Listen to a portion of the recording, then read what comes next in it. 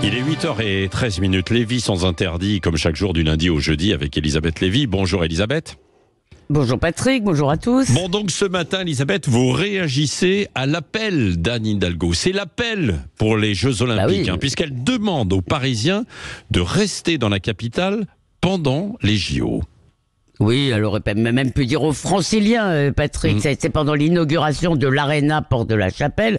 On voit des photos de la maire qui manœuvre un fauteuil roulant pour promouvoir les Jeux Paralympiques. C'est d'un goût, je trouve, un peu douteux, mais enfin bon, malheureusement, il n'y avait pas un micro pour saisir le propos qui a été rapporté par les médias, parce que là, je me le serais passé en boucle. On va vibrer ensemble, Paris va être magnifique, ne partez pas cet été, ce serait une connerie dans le texte. Alors pour les impatients d'ailleurs, la magie des JO commencera même le 3 juillet avec quelques jours d'avance, avec une grande baignade dans la Seine à laquelle Anne Hidalgo, qui participera, a convié le président. Et vous aussi Patrick, on compte sur vous, mais moi j'aurai piscine. D'abord parce que Paris n'est pas une plage, et surtout parce que les 4 milliards d'euros qui ont été dépensés pour le plan baignade n'ont pas visiblement produit les effets escomptés sur la pureté de l'eau. Beaucoup d'épreuves tests ont été annulées. Alors bien sûr, on l'a vu, Paris se pomponne, comme en témoigne l'inflation de chantiers et d'embarras depuis 2 ans, et la ville va certainement demander aux SDF et aux autres sans-papiers d'aller voir ailleurs pendant 2 ou 3 semaines, mais les touristes risquent néanmoins d'arriver dans une ville fantôme, vidée de ses habitants, dont beaucoup vont fuir, comme votre servante d'ailleurs. Bon, mais vous n'aimez pas les grands événements, le sport, c'est quand même assez unique. Elisabeth Alors, ce que je n'aime pas, c'est la religion du sport et surtout le baratin sur les valeurs du sport, dont je me demande toujours si c'est l'argent, le séparatisme islamique ou l'homophobie. Et d'ailleurs, pour les JO, il y a toujours une polémique. On en a déjà une. Maintenant, il y avait les athlètes russes, et maintenant, les insoumis sont offusqués à l'idée de voir le drapeau israélien, le drapeau soudanais, syrien et autres ne leur pose évidemment aucun problème. Quant à l'amour du sport, vu le prix des billets et les difficultés prévisibles pour atteindre les épreuves, il est plus prudent de les regarder à la télé. Vous vous rappelez que Clément Beaune a annoncé en bon français un plan de circulation hardcore. Les arrondissements centraux seront pratiquement interdits aux véhicules privés, le périphérique amputé d'une voie, et le ticket de métro, on en a beaucoup parlé, passe à 4 € au lieu de 2,80 €. Alors la mairie demande aux particuliers d'éviter les livraisons. Alors imaginez ce que ça va être pour les commerçants et pour les restaurants qui d'ailleurs, comme les chauffeurs de taxi, n'ont à ce jour aucune information. Il y a en plus un énorme enjeu de sécurité, le risque terroriste dont on nous parle beaucoup, mais aussi la délinquance ordinaire façon Stade de France. Alors vous savez, il devait y avoir 5000 agents municipaux. En fait, il y a eu 1700.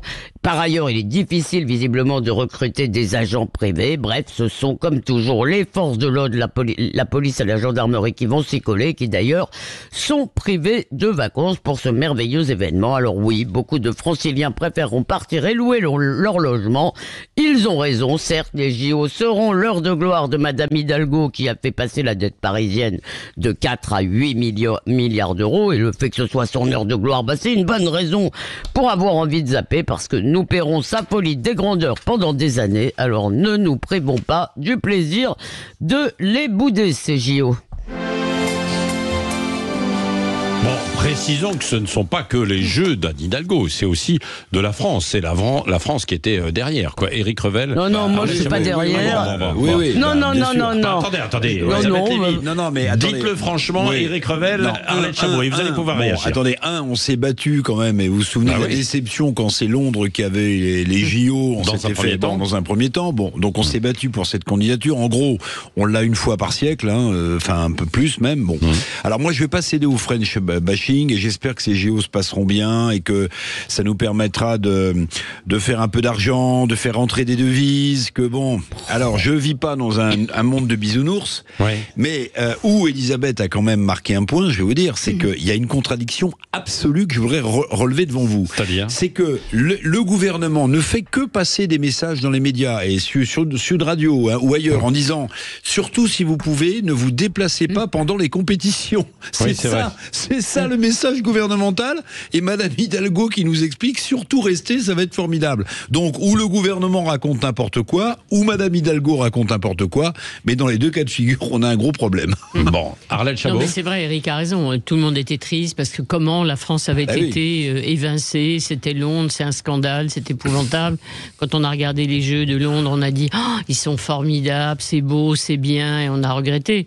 Bon, ici passe à peu près la même chose, c'est-à-dire on est content d'avoir les JO, et puis après, une fois qu'il faut les organiser et qu'il faut payer, tout le monde fait la tête. Ça a été à chaque fois dans les villes, on regarde le déficit, le montant, le coût est toujours beaucoup plus élevé que celui qu'on avait imaginé. Bon, cela dit, personne n'a envie de rester à Paris, je pense, pendant ces Jeux Olympiques. Bah, non, mais il y en a qui vont venir, quoi. Il y en a qui vont venir, tant mieux qu'ils soient tant mieux que, effectivement, Paris puisse en profiter, que ce soit une bonne image. Il faut espérer que ça se passera bien. Mais je pense que quand on habite Paris ou tout à côté de Paris, on n'a qu'une envie, c'est de s'éloigner et de regarder les Jeux à la télé. Oui. Mais Elisabeth... Non mais pardon, excusez-moi, je voudrais quand même vous compter. D'abord, on a eu ces JO pendant... On a eu ces JO contre personne. Personne ne les voulait. Deuxièmement, il n'y en a pas depuis des années qui n'a pas été extrêmement déficitaire. Et vous avez l'air de projeter votre propre plaisir de les avoir sur tout le monde, mais non, pardon, je connais moi plein de gens, alors il faudrait faire un sondage, je connais plein de gens qui ne sont pas contents d'avoir ces JO, ça va nous coûter pendant des années. Il y a toujours des gens qui pas contents. Moi je ne vois pas en quoi c'est merveilleux d'avoir ces JO. Télévision, donc, alors donc, qu'est-ce que ça peut vous faire que ce soit à Paris? Mais personne ne les voulait, demandez-vous pourquoi. On était les seuls candidats. Non, il y en avait d'autres. Non, il y en avait d'autres. Jeux Olympiques d'hiver, je crois. Il y avait que Nice et les Alpes candidats. C'est pas vrai, tout le monde s'est retiré avant. Je vous assure, moi je me rappelle très bien, personne ne les voulait, on a gagné contre personne. Bon. Et vraiment, si vous voulez, expliquez-moi, d'accord, regardez le Stade de France, ça a été un désastre pour notre image. Je veux dire, expliquez-moi, en plus, quel est l'intérêt dans une ville aussi endettée que Paris de payer pendant les 25 prochaines années un événement auquel les Parisiens ne participeront pas. Non, moi, alors vraiment, je suis sidéré. C'est parce que vous n'êtes pas sportive, Elisabeth. C'est vrai, Elisabeth. Mais j'adore le sport, j'en pratique moi-même. Je n'aime pas la religion du sport. Non, ça, je déteste les dieux du stade, ça ne m'intéresse pas. C'est vrai que cette déclaration, elle oui, je veux bien regarder avec les yeux. La déclaration d'Anne Hidalgo, elle n'existe pas en son, hein, c'est ça. Elle ne l'a pas prononcée devant les micros. Je ne l'ai pas trouvé. Vous ne l'avez pas trouvé. Moi, j'ai cherché également. Je voulais vous l'offrir, mais je ne l'ai pas trouvé. Vous êtes un peu partout. Oui. Bon, merci Elisabeth Lévy qui ne fera pas... je vais courir. Oui, mais pas les Jeux Olympiques en tout cas. 8h21, on revient dans un instant. Le droit du sol, on va en parler avec Éric Revel, Arlette Chabot. Avant vous-même de commenter cela, bien sûr, tout à l'heure à 9h. Je ne sais pas ce que vous en pensez de cet appel d'Anne Hidalgo. Vous pouvez réagir 0826 300 300 et en parler, bien sûr, aussi tout à l'heure avec Jean-Jacques Bourdin qui reçoit Alexis Corbière dans 5 minutes maintenant.